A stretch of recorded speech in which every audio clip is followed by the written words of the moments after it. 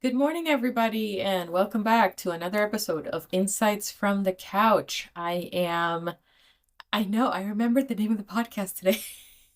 I Good am job. joined, as always, by my faithful companion, Dr. Anamaria, who is the owner of Seven Counseling. And today we're going to talk about kind of a hot topic, kids and parents and the triangulation of children in therapy with their parents. So, what happens when you're in the middle of a nasty divorce? What happens when you're not getting along with your spouse? What happens when your kids are caught in the middle of it all and you don't know how to parent accordingly to what's happening, and then you come to therapy?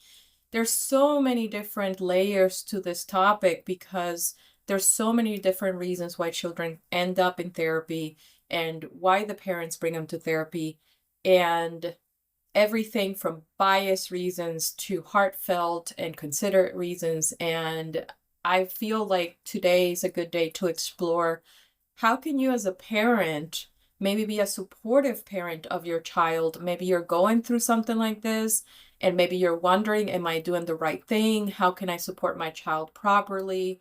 How can I be a good parent, even if maybe my partner's not being the best parent, maybe they're not cooperating as much? How um how to help your child do the best that they can in therapy? How can you support them at home? And we're going to just delve into just the different layers and of this very complex topic. So welcome, Dr. Anamaria, and thank you for joining us. Thank you, my friend. Always a pleasure doing this podcast with you. And talking about these topics. I think that I have gotten very good feedback from people that take the time to listen, and so it is a wonderful opportunity to just pass information out there that people may find helpful. With regards to what you were saying, I want to disclose it's been a while since I saw little ones. I used to see children before in my practice, but I stopped doing that because I did realize that in a lot of the cases, unless it was an organic issue with the child or something genuinely behavioral, strictly behavioral, it was more about the relationship between the parents. We all know that going through changes in life is not something that humans naturally enjoy per se. But divorce is definitely one of those things that can take a toll emotionally in a family. And, if the child ends up in therapy, one of the dynamics that I used to notice back then was a lot of triangulation and putting the child in the middle, which is not helpful at all. Um, I remember one time, if I can start with this short story, Sure. a young little guy, precious child. He must have been 8 years old, and the parents were going through a really, really nasty divorce and not getting along. The father had already a different relationship, and the child was spending shared time with both parents. When the child would go to the father's house, he would have to share his room with other children because it was a blended family. That's a very common situation these days, blended families. And then when he would come to my office, he would explain to me that he didn't want to do that. He didn't want to sleep in a bunk bed with another boy, and he just was not happy with the situation. I was trying to do play therapy at the time with the child and trying to be there with him, coping skills, things like that. And one day he said to me, "Why am I coming to see you? You can't help me. You cannot make it better for me. My parents don't get along. I don't like my life. I like coming to see you. You're a nice person, but you cannot fix it for me." And that was so heartbreaking because I did realize in the moment that maybe it wasn't so much the child, but it was the way the parents were getting along and the decisions they were making that was harming the child. I feel like that was very insightful for an 8-year-old to Yes. realize that. And oftentimes it is a helpless situation, a helpless feeling treating a child who's caught in the middle of parents who are warring with each other or who are and not co-parenting in a way that's to the best interest of the child, but instead to the best interest of their own personal situation. And sometimes parents can't do everything that the child wants them to do. Sometimes you really do try to your best to create a good co-parenting environment, but it is different and the child's not used to the different, and they're going through an adjustment period. So it's not just that, okay, so the parents are purposely trying to, create a difficult time for the child. Sometimes it's just that situations have changed. Now maybe you can't afford a place where you could have your own room, and that's not because you didn't want to have your own bigger place, but because it just didn't work out that way. But then the question comes up, I don't know what you ended up doing with this child, but how do you then bring the parents into that conversation and kind of loop them into what's happening?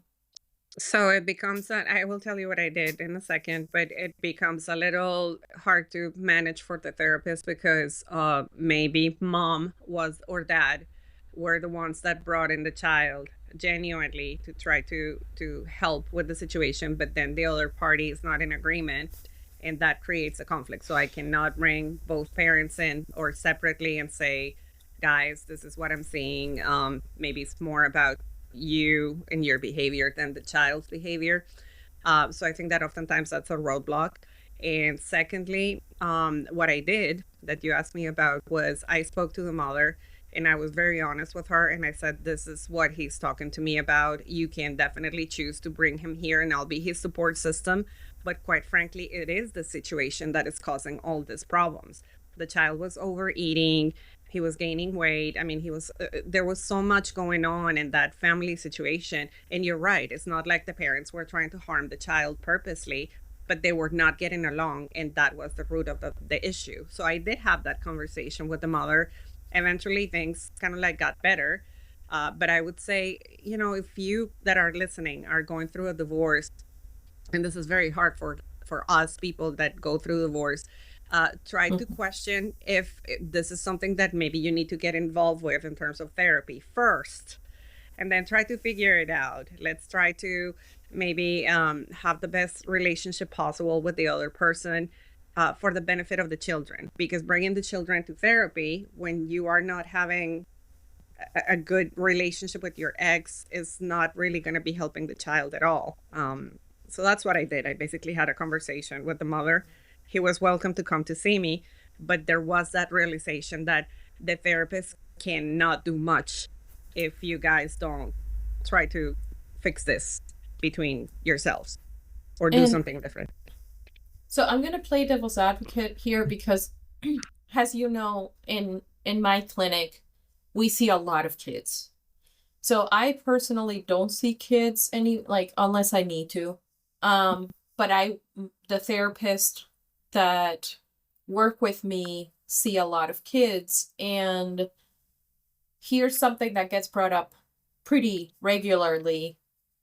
You'll have that one parent that does want to work on parenting, and they feel like the only way that they can make some sort of a positive co-parenting relationship happen is if they let the other person who's resistant sort of set the rules and walk all over them. And so I get this statement all the time where it's well, because mind you, I don't work with the children, but I work with the spouses of who are getting a divorce. So Yes. I'll get the person who's getting divorced who's like, well, I'm trying to text him or text her, and I'm trying to set up the appointment. I'm trying to talk about co-parenting. I think we should be coming to therapy together. I think, and then what I hear is he doesn't care or she doesn't care, or I heard someone else mention this and it was kind of interesting. Apparently they made it into the appointment and they were doing supposedly fully divorced, separated with their own partners, but they were going to therapy to talk about co-parenting their child. And the ex-wife, all she wanted to do was talk about their relationship. All she wanted to do was talk about him and how unhappy she had been, and how almost like if they were in couples counseling. And it's like, where's this going? Because this is not co-parenting discussion. Well, maybe, this is something that in the future we're going to see as a specialty, but it wouldn't be a bad idea to offer couples divorce counseling or co-parenting. I know there are co-parenting courses that you can take through the court system, but I think it Yeah. would be actually a good idea to try to offer something like that. But 1000%. not focusing on the relationship, of course. But I think what you're saying actually is validating what I was saying, and that is, try to heal your own pains, try to heal your own wounds with your partner or ex-partner, and not put it so much on the child. Yes, if you see that the child is not sleeping well, they're sad, their eating habits are changing, they're more anxious, that's a good time to bring them to therapy. But let's just kind of like ask ourselves, why are these behaviors there? Why are those emotions there? Do I have anything to do with that as an adult, as opposed to my child having a problem? And I'm doing quotation science right now. Um, yeah. So I think that maybe just realizing that if we bring the child to the therapist cannot wave their magic wand to make things better. If we are being nasty to the ex-partner, everything goes together, and the child is definitely suffering and feeling it. One thing that I feel that parents don't think about sometimes is how much children know. They feel that because the child is young or is not, the brain is not fully developed, they are innocent, they don't know what's going on. No, they feel everything. They know, they may not know exactly the details of the nastiness, but they can feel it. And so I think it's more awareness as And they adults. overhear. They Correct. overhear so much, and they Correct. witness so much. Correct. So Okay, so here's a suggestion. So let's say that you don't have control of your significant other anymore. Let's say that maybe that other person is not in a great place themselves, and maybe they're not, uh kind of like the worst part of themselves came out in the divorce, and maybe they're not as supportive. Well, okay, fine. Even before you bring your child to therapy, you should come to therapy. You yourself go to Mhm. therapy Mhm. as you're going through the process of divorce. And part of your treatment plan that you discuss with your therapist is, this is going to be a massive change for my child. Can you please give me coping tools? Can you help me how to communicate this? Can you help me to just kind of guide my child through this process with me, and learn some of the tips and ideas and things like that, so that, because the child's going through the process with you, so like, how can you as a parent guide them? And then when you feel like you've gotten a couple of sessions under your belt, bring the child in with you. So then do a couple of family sessions, you and the child, practice some of the coping tools, kind of mirror it with the therapist, work together on that. And then if you feel like the child needs additional support above and beyond that, maybe they don't feel comfortable disclosing things with you present, then you get them individual therapy for themselves. But I think that, come in for therapy yourself. A lot of parents, they don't come in for therapy. They're going through hell. They're going through hell, and they don't come in for therapy. They just send uh, the children. Correct. Which is, I mean, if you think about it as a parent, you're trying to do the best for your child. So I'm not saying that that's wrong, but I'm saying that questioning as to how much of my behavior and my partner's behavior has to do with what's going on with the child is important. So, yeah, you're correct. I think it has to start from the adults accessing therapy, talking about their grievances, healing. And another thing that I wanted to say is the legal system is not a good place to go and try to find this support or this therapy. The legal system is there to just basically give each party what they think is fair. You know, if you're going through a divorce that is contested, most likely a judge is going to do that for you. So that's not the time to engage in some sort of healing at that time. Mm-hmm. I also feel like legal advisors, bless their hearts, they're there for a reason. They do their jobs, but they don't know anything about the work that is done in psychotherapy. So they may have suggestions like, oh, for share time, let's just go ahead and get those counseling notes. Go ahead and take your child to the counselor or the therapist, and let's see what we can do with that. And that is definitely not a good reason to bring the child to therapy. Mm-hmm. So, but that they do that because, I mean, that's what they do as lawyers, but definitely it's not what is going to be therapeutically helpful to your child necessarily, especially if your child is not in agreement with therapy and you're dragging the child in the therapist's office. That's true. I think, yes, therapy for your kids should be done in good faith. I think it shouldn't be done to gather information. I don't think it should be done to create a case for yourself that somehow you're the better parent. Long I time. Oh, go ahead. I'm um, sorry. Go ahead. I was just gonna say it should just be done if you feel like it's appropriate for the kid. Yeah, and I know you want to probably follow the suggestions from your legal advisor because they're there to fight for your case, but some things shouldn't be done just for legal purposes. Like it really, like you said, good faith. And I'm sorry that I almost cut you off, but I do remember being a baby therapist many moons ago. I worked for this local agency and we had to see all clients. I love children so much, but it was heartbreaking to see that I basically again couldn't do much to help them because it was more about the children being in the middle. Back then, in my experience, I'm going to tell you 90% of the cases that I had with children had to do with separation, divorces, and literally we would get like all the time, requests in what was said in this session, what did the child did in this session, and it was all for legal purposes. And I think you were mentioning that to me because in your clinic you get the same thing at a private level though, but you still go through the same.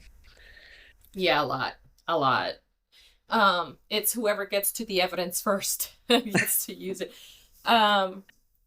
So here's some of the things that I personally have found that you might want to be aware of as an adult, potentially an adult with a child, that might be a misconception of the adult. Maybe they're not understanding how it works internally in a child.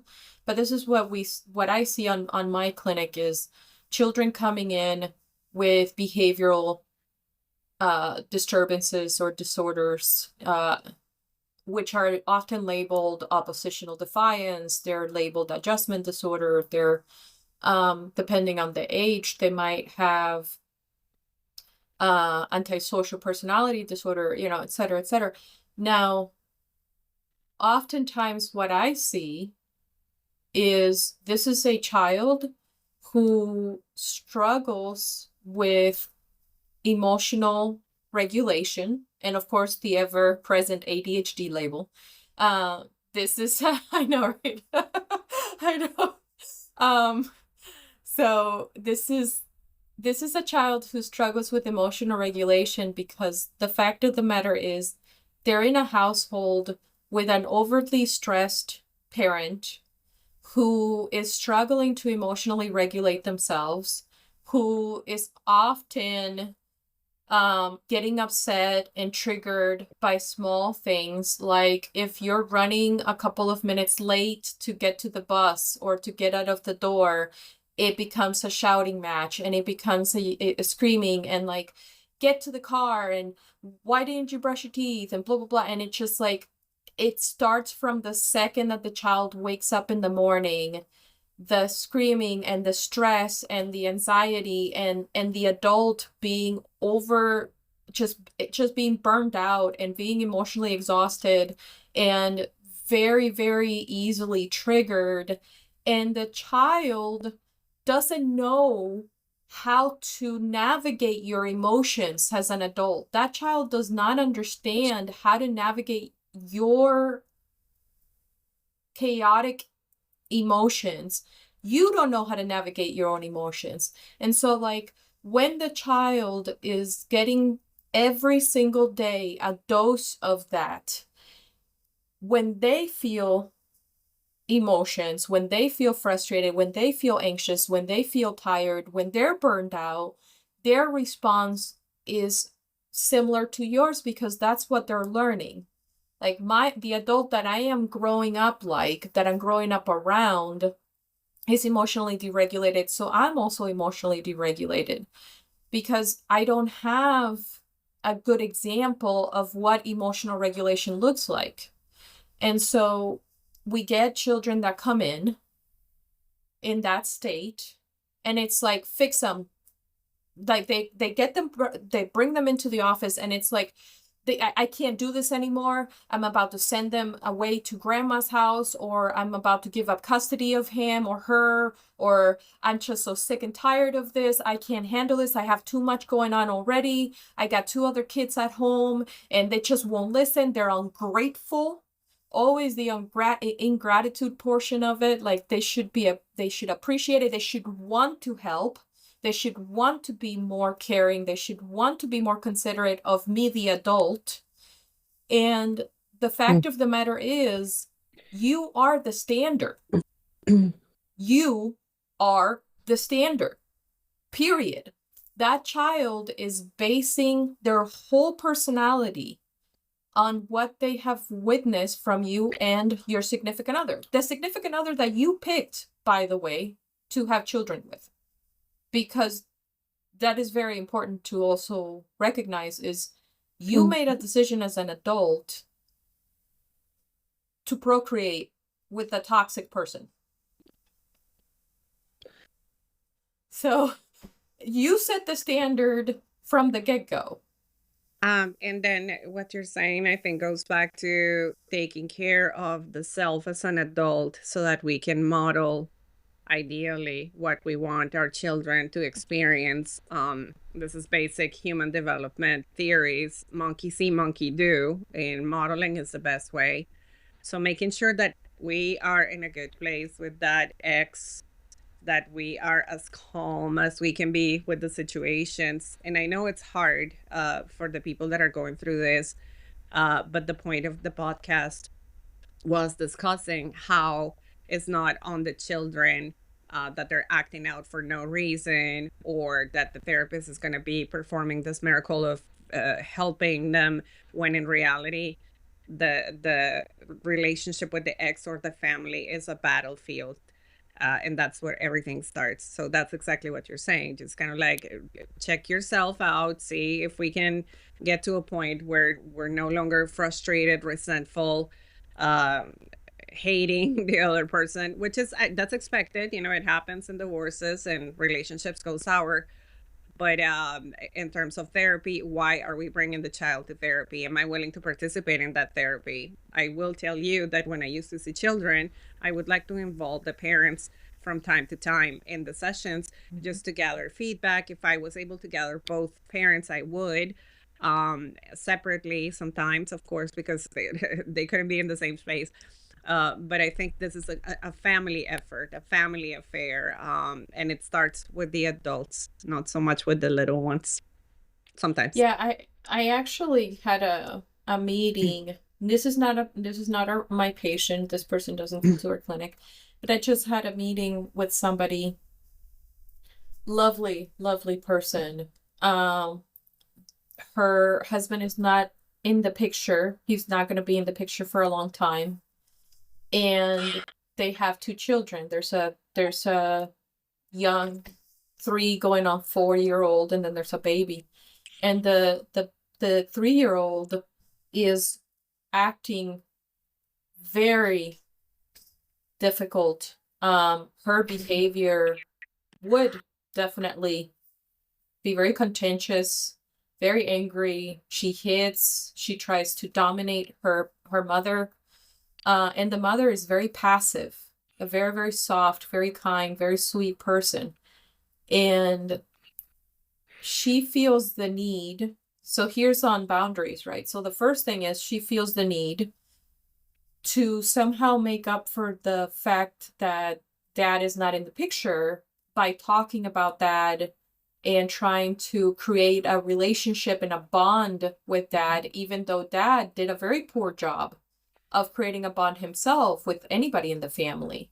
And so now dad is in a pedestal because he's not there. So he gets to be on a pedestal and she's the bad guy. And so this 3-year-old goes after her like she's the bad guy. And so one of the things that I told her was it's not your responsibility or your job to create bonds for people that refuse to create bonds for themselves. It's not your responsibility to somehow put in a good light this person who was not a good parent or a good person to be around for your child. Now, I'm not saying that you need to bash that person, but you also shouldn't look for opportunities to like somehow make them up to be something that they really aren't. So then the other thing that we discussed was therapy. And I told her, I said, at 3, there's not very much that a therapist can do with a 3-year-old. What I said was, I want you to go to therapy. I want you to work on your trauma. I want you to work on what you've been through. And I want you to bring a notebook with you and tell your therapist, my child is struggling with the separation. I don't know what to do to help her. Can you give me tips? Can you give me ideas? Can you give me any sort like book recommendations, and write down stuff on your notebook? If you can even videotape the sessions where you can go back and check what the recommendations were, what the therapist told you to do, and then in between sessions, practice, practice, practice, practice. And she was very open to it. She's great. So kind of like piggybacking on what you were saying, if you are the party that is interested in your children's well-being more than your own, if you are the one that tends to make better decisions generally, you have the power because to have a contested situation or a fight, you need 2 people. So if you disengage as much as possible, and if you don't bite the bait, that's going to be the best for the kiddos. I feel that sometimes we want to control what the other person may be doing. So this is just a personal view of things. I'm not judging anybody, but I don't think that a child should be introduced to a new relationship right away. This is just me, not as a therapist, as a person. Sure. And so, but if the other party already has someone or decides that they want to bring that person into the child's life, there's nothing that you can do to prevent that from happening or controlling it. But you can, CAN, model a different type of behavior that goes in alignment with your own values at home with your child without bashing the other person, because there's no need to do that. And I think a lot of us probably fall into that pit of, oh my God, your dad does this and that, or your mom. We're human. But what I'm trying to say is that if you think that your child should be going to therapy, maybe you can start with yourself and modeling that Yeah. behavior for the children. This is, of course, not cases when children have organic issues or trauma that doesn't stem from separation or divorce. I mean, obviously, we're welcoming everybody in our practices. But I think this talk we're having was very specific about triangulating the children in contested fights, divorces, separations, etc. Yeah. So I think to close it up, I want to just go over a little bit of what we discussed. So first, remember that separation, divorce, etc., is the entire family's involved. You don't just separate from your significant other, your whole family separates from your significant other, and vice versa. So remember that it's a whole family affair. The second thing is it's important to be aware that when you're going through a traumatic, or any kind of life change, it's important to be aware that you're going to have a lot of feelings about it, and you're going to probably need some coping tools for it. And there's nothing wrong with asking for help. It's a smart move to say, you know what, I'm going through something and I want to have someone that's going to help me navigate it and get through it.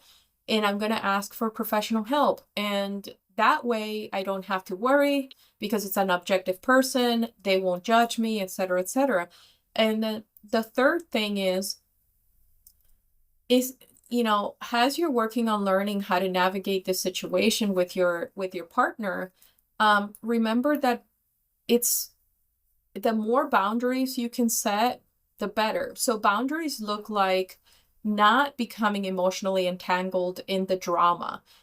Boundaries look like, I'm going to set some limits of what are the expectations that we have for pickup? What are the expectations that we have for drop off? What are the expectations we have for communicating with each other, for doing the therapy, for providing support for our kids, for co-parenting, and keeping it to that point only, and being very direct and to the point, and not overly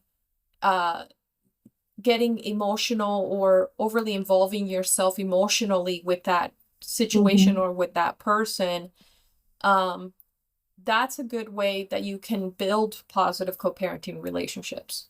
Go ahead, And Nana. one more thing, if I may say, before we Sure. part ways, for the love of God, use that parenting app to communicate with your ex. Very important. Don't engage, or try not to engage on phone conversations that are going to lead you to have fights.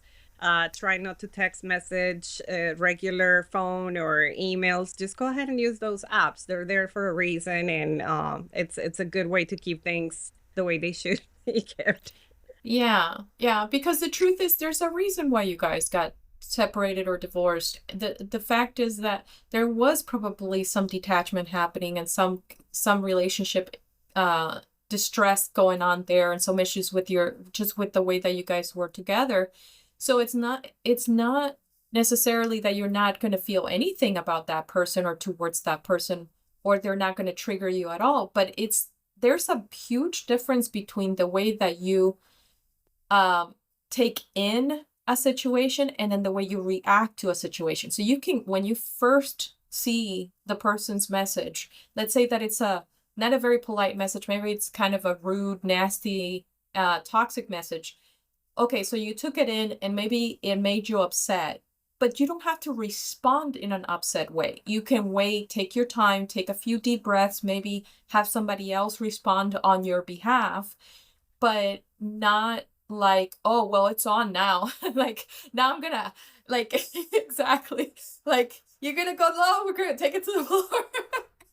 Like, it doesn't have to, because at the end of the day, the truth is, if you're the person that's trying to amicably just co-parent and actually move on from this situation, I'm going to tell you, you're most likely on the other side of somebody who would love to trigger you, or who would love your attention.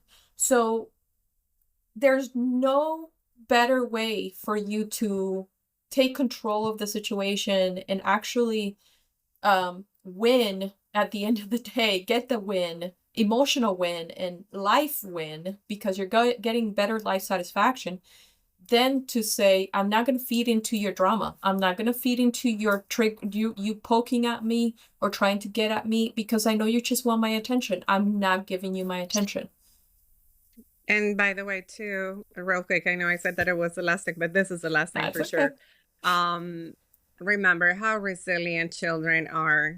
They're going to be okay. Try your best. Love on them. Take care of yourself. And just do what is right for you and your kid. And that is going to show later on in life. It may not show right away in the midst of the conflict, but that's, I think, the best you can do.